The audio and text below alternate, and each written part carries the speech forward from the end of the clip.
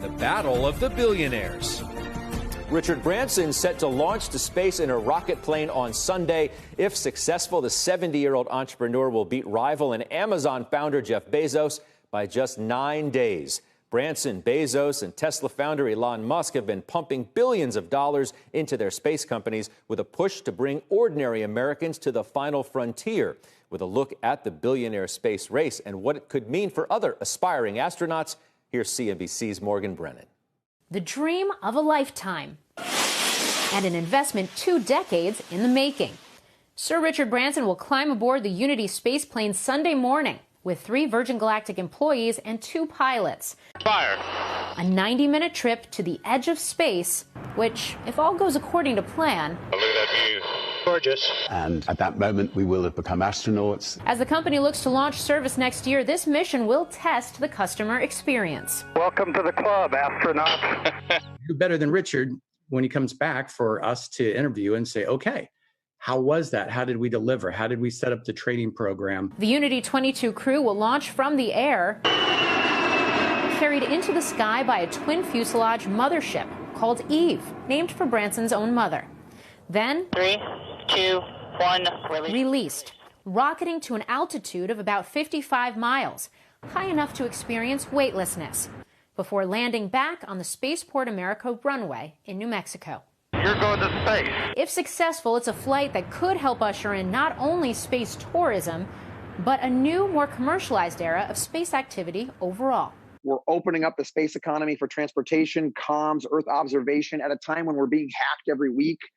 And the relationship between all modalities. I mean, eVTOLs and urban air mobility, flying cars, is way bigger than one company. As for billionaires traveling to space, Branson's flight is scheduled to take place just 9 days ahead of Jeff Bezos, whose competing Blue Origin will conduct its first ever crewed flight and the first by a U.S. company involving a paying passenger.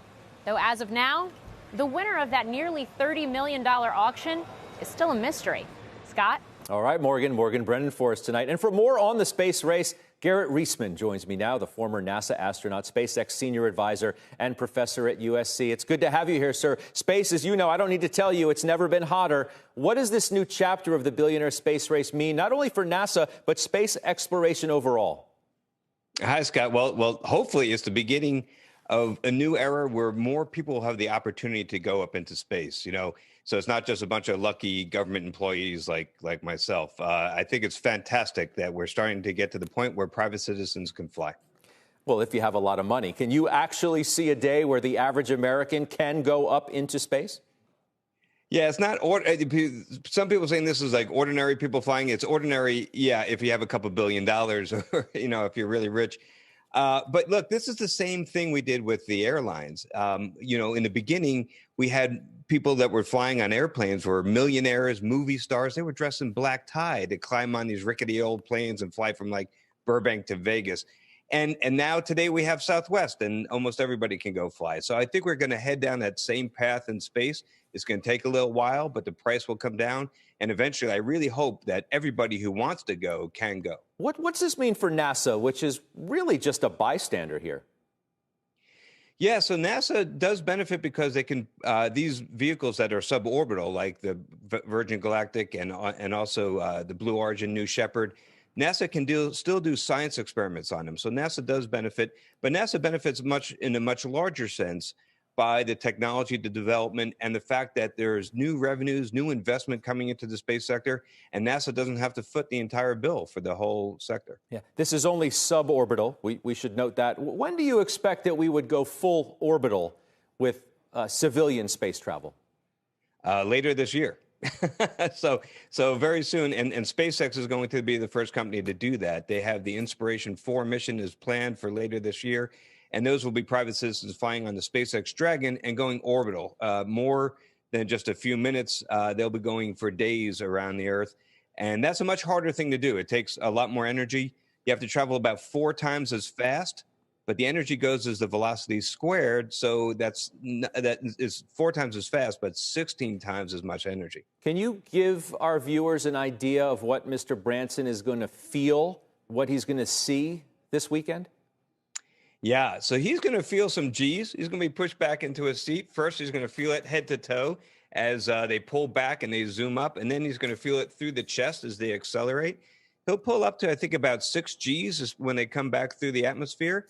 That's about equivalent to what we do when we do aerobatics in like T-38s or other aerobatic airplanes. So that's more than your typical roller coaster ride. Yeah.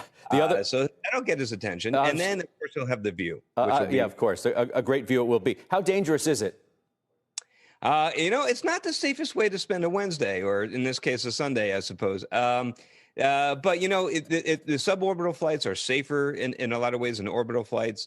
And with all the testing and modern technology, I think it could be done very safely. How much you think is really riding on this flight going well, just for the future of space travel and exploration? Well, a lot of people, I think, are going to be watching. So, yes, if it doesn't go well, I think a lot of people are going to be turned off. And that's always a risk. But I think they're well prepared. They've been doing a lot of flight tests, and I think they're ready to go. And I think if it's a success, which I have every expectation that it will be, that hopefully it excites a lot of people about flying in space. I'm assuming, and correct me if I'm wrong, that you were a trained pilot of some sort before you went up on the shuttle, at least for the first time. Branson obviously is not. How different is it going to be, and what does that do in terms of adding risk? Well, it's a very different vehicle. So the shuttle was highly manually intensive for the whole crew. There's a lot of things we had to do. As a flight crew member on the space shuttle, I had a lot of training, years and years of training to do that job. But really, in this vehicle, the 2 pilots in the front have a lot of work to do, and they also are very highly trained and been through many, many simulations. But the people sitting in the back really don't have a lot to do during this flight, which is only about 10 minutes long or so. And during that 10 minutes, really, they're just responsible for making sure they get back into the seat, they put their seatbelt on. It's kind of an advanced version of the kind of thing you have to do as a passenger on the airline. So I think he'll be just fine. You ever forget that first flight? Oh, no. I figured that was going to be the answer. Garrett Reisman, it's a pleasure talking to you tonight. You take care. My pleasure, Scott. Shepard Smith here. Thanks for watching CNBC on YouTube.